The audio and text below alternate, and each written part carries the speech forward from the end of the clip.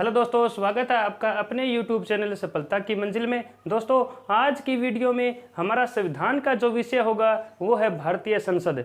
दोस्तों, आज हम भारतीय संसद के विषय में विस्तार से जानेंगे। भारतीय संविधान के अनुच्छेद 79 में, भारतीय संविधान के अनुच्छेद 79 में 79 में ये स्पष्ट रूप से लिखा हुआ है कि भारतीय संसद, राज्यसभा और लोकसभा और जो भारत का प्रेसिडेंट होता है यानी भारत का राष्ट्रपति, इनसे मिलकर बनी है। जो भारत की जो संसद है यानी भारतीय संसद है, भारतीय संसद, ये भारतीय संसद राज्यसभा, लोकसभा और भारत के जो प्रेसिडेंट होते हैं, जो राष्ट्रपति है, इनसे मिलकर भारतीय संसद बनती है। दोस्तों, भारतीय संसद के विषय में जो कि राज्यसभा है, इसको हम ऊपरी सदन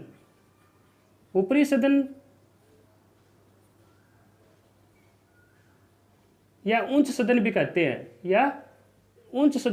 हैं, और जो लोकसभा है इसको निम्न सदन या फिर निचला सदन के नाम से भी जानते हैं। दोस्तों, यहाँ पर आपको एक जो प्रश्न है ये आपके दिमाग में अवश्य उठ रहा होगा कि जो भारतीय संसद है इसमें राष्ट्रपति को क्यों सम्मिलित किया गया है, जो राष्ट्रपति को इसमें क्यों शामिल किया गया है। दोस्तों, भारतीय संसद का जो प्रमुख जो काम होता है, जो कार्य होता है, वो होता है कानून को बनाना। दोस्तों, कानूनों को बनाना भारतीय संसद का मुख्य कार्य है, और कोई भी विधेयक, कोई भी प्रस्ताव या बिल उसी समय कानून बनता है जब भारत के राष्ट्रपति उस पर अपने हस्ताक्षर कर देते हैं। यानी दोस्तों, भारत के राष्ट्रपति के बिना भारतीय संसद का कार्य अधूरा है। तो दोस्तों, इसीलिए भारत के राष्ट्रपति को भी भारत के संसद में सम्मिलित किया गया है। यानी जो भारतीय संसद है ये राज्यसभा, लोकसभा और भारत के प्रेसिडेंट यानी राष्ट्रपति से मिलकर बनती है। भारत की जो संसद है इसका गठन अप्रैल 1952 में किया गया था। अप्रैल 1952 में किया गया था। और भारतीय संसद ने जब काम करना शुरू किया था वो था दोस्तों 13 मई 1952। 13 मई 1952 में भारतीय संसद ने काम करना शुरू किया था। दोस्तों, जब प्रथम आम चुनाव हुए थे उसके बाद में भारतीय संसद ने अपना काम करना शुरू किया था। दोस्तों, आज की वीडियो में हम भारत के जो ऊपरी सदन है, जो भारतीय संसद के जो ऊपरी सदन है राज्यसभा, इसके विषय में जानेंगे। राज्यसभा के बारे में। राज्यसभा,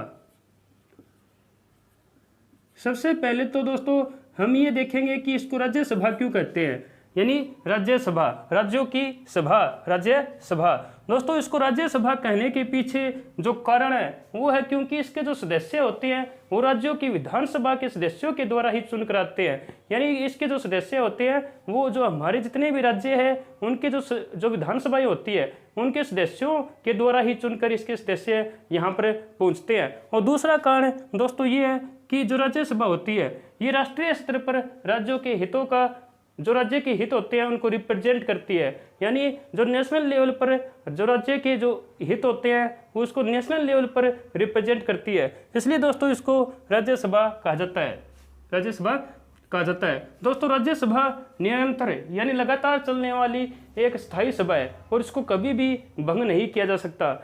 इसके जो सदस्य होते हैं वो दोस्तों आते जाते रहते हैं, लेकिन राज्यसभा दोस्तों ऐसे ही चलती रहती है, यानी इसको भंग नहीं किया जा सकता। ये निरंतर चलने वाली एक स्थायी सभा है।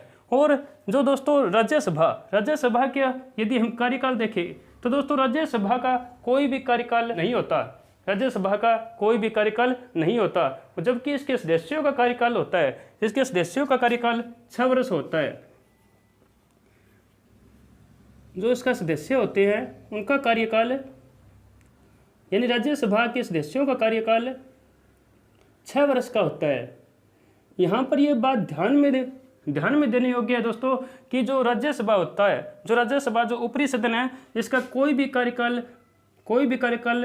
नहीं होता, यानी इसका कोई भी कार्यकाल नहीं है। ये लगातार निरंतर चलती रहती है, जबकि इसके सदस्यों का कार्यकाल 6 वर्ष का होता है और हर 2 वर्ष बाद 1/3 सदस्य अवकाश प्राप्त कर लेते हैं और उनकी जगह पर 1/3 नए सदस्य राज्यों की विधानसभाओं के सदस्यों के द्वारा चुनकर इस सदन में पहुंच जाते हैं। तो दोस्तों ये सदस्य इस प्रकार आते जाते रहते हैं और ये राज्यसभा चलती रहती है, यानी कभी भी भंग नहीं होती, ये एक स्थायी सभा है। दोस्तों अनुच्छेद 80 में, संविधान के अनुच्छेद 80 में 80 में राज्यसभा की संरचना का वर्णन किया गया है। राज्यसभा की संरचना का वर्णन किया गया है और राज्यसभा में जो सदस्यों की कुल संख्या है वो है दोस्तों 250। राज्यसभा में अनुच्छेद 80 में जो राज्यसभा की संरचना से संबंधित है, इसमें दोस्तों राज्यसभा में जो कुल सदस्य होते हैं वो होते हैं 250, यानी कुल सदस्य ये है 250। इनमें से दोस्तों वर्तमान समय में हम देखें तो वर्तमान समय में जो सदस्यों की संख्या है वो है 245। वर्तमान समय में राज्यसभा के सदस्यों की संख्या है 245। इसमें से दोस्तों 12 सदस्य राष्ट्रपति के द्वारा मनोनीत किए जाते हैं। जो भारत के जो प्रेसिडेंट है उनके द्वारा 245 सदस्यों में से 12 सदस्य मनोनीत किए जाते हैं। जो बाकी बचे हुए 233 सदस्य ये हमारे जो स्टेट्स है यानी राज्यों की विधानसभाओं के सदस्यों के द्वारा चुनकर भेजे जाते हैं। जो राज्यों की जो विधानसभा होती है इसके सदस्यों के द्वारा राज्यसभा में पहुंचते हैं। राज्यों की विधानसभा के सदस्यों द्वारा इनका चुनाव होता है। और ये जो 12 सदस्य होते हैं ये दोस्तों बेसिकली साहित्य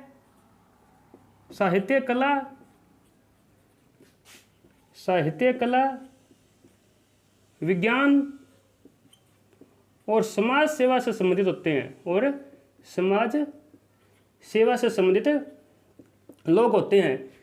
यानी जो कुल सदस्य 250, इसमें से वर्तमान में हमारी जो राज्यसभा है, ऊपरी सदन है संसद की, इसमें 245 सदस्य हैं, जिसमें से राष्ट्रपति 12 सदस्यों को मनोनीत करते हैं। इनमें से 233 सदस्य राज्यों की विधानसभा के सदस्यों के द्वारा चुनकर राज्यसभा में पहुंचते हैं। दोस्तों जो राज्यसभा की जो सीटों का बंटवारा किया गया है ये भारतीय संविधान की अनुसूचित 4 में किया गया है। जो भारतीय संविधान की अनुसूचित 4 है इसमें राज्यसभा की सीटों का बंटवारा किया गया है, यानी अनुसूचित 4 राज्यसभा की सीटों के बंटवारे से संबंधित है। और दोस्तों जो इन सदस्यों का चुनाव होता है, जो राज्यसभा के सदस्यों का चुनाव होता है ये एकल सकर्मणीय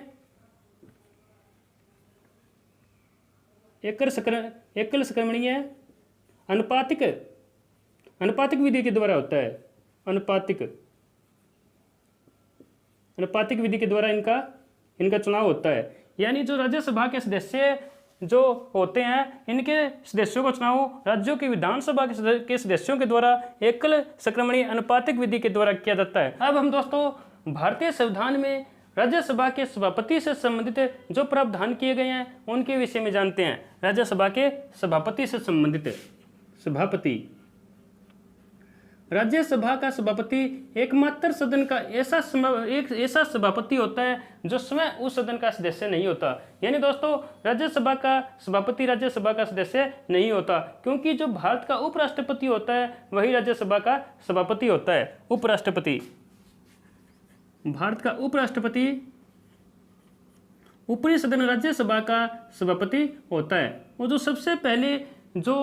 जो सबसे पहला जो भारत का उपराष्ट्रपति था वो था दोस्तों सर्वपल्ली राधाकृष्णन। इस प्रकार दोस्तों राज्यसभा के जो पहले सभापति थे वो थे सर्वपल्ली राधाकृष्णन। दोस्तों सर्वपल्ली राधाकृष्णन जो पहली बार में ही भारत के 2 बार उपराष्ट्रपति रह चुके हैं। तो लगातार दोस्तों इन्होंने 10 वर्षों तक राज्यसभा के सभापति के रूप में अपनी सेवाएं दी है।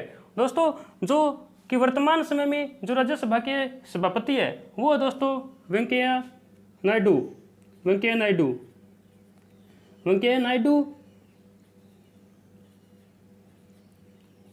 नायडू वर्तमान समय में राज्यसभा के सभापति है।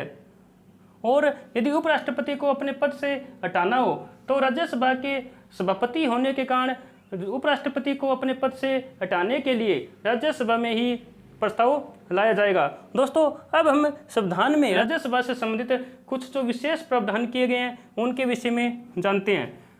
राज्य संविधान की एक अनुच्छेद है 249।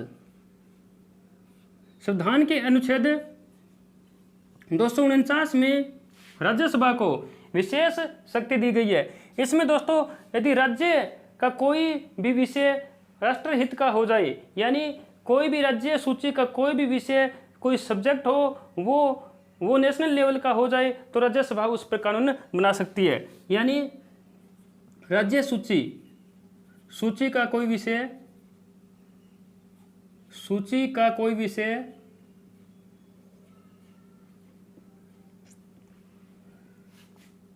नेशनल लेवल का यानी राष्ट्रीय लेवल का हो जाए, राष्ट्रीय स्तर का होने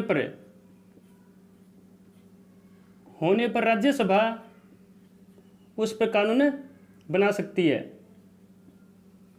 और एक और अनुच्छेद जो भारतीय संविधान का है वो है दोस्तों 312। अनुच्छेद 312 में जो अखिल भारतीय सेवाओं से संबंधित है, अखिल भारतीय सेवाओं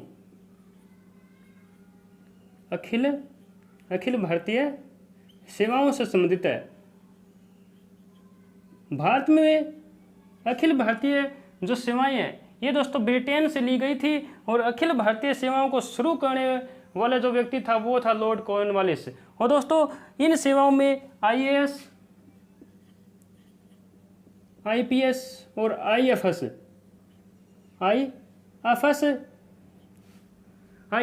IPS और IFS ये 3 सर्विसेज को इसके अंदर सम्मिलित किया जाता है अखिल भारतीय सेवाओं को।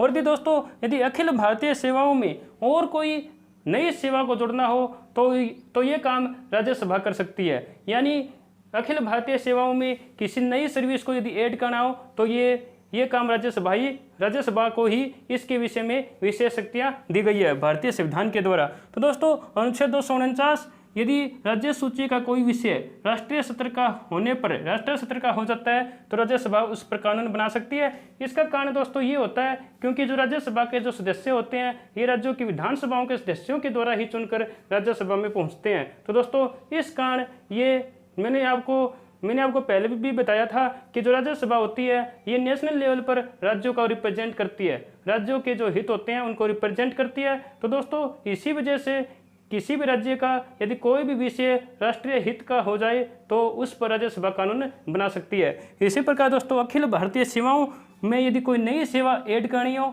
शामिल करनी हो तो यह काम भी भारत की राज्यसभा जो ऊपरी सदन है उसके द्वारा ही किया जा सकता है अनुच्छेद 312 के द्वारा।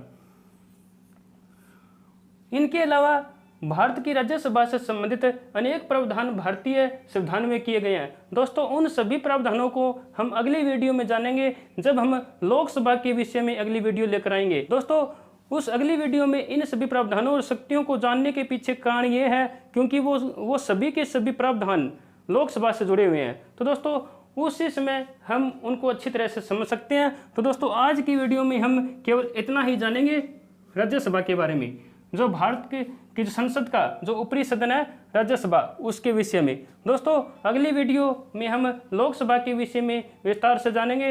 दोस्तों ये आज की वीडियो आपको कैसी लगी? यदि अच्छी लगी हो तो वीडियो को लाइक, शेयर, कमेंट और चैनल को सब्सक्राइब जरूर कीजिएगा। दोस्तों मिलते हैं अगली वीडियो में। Thank you.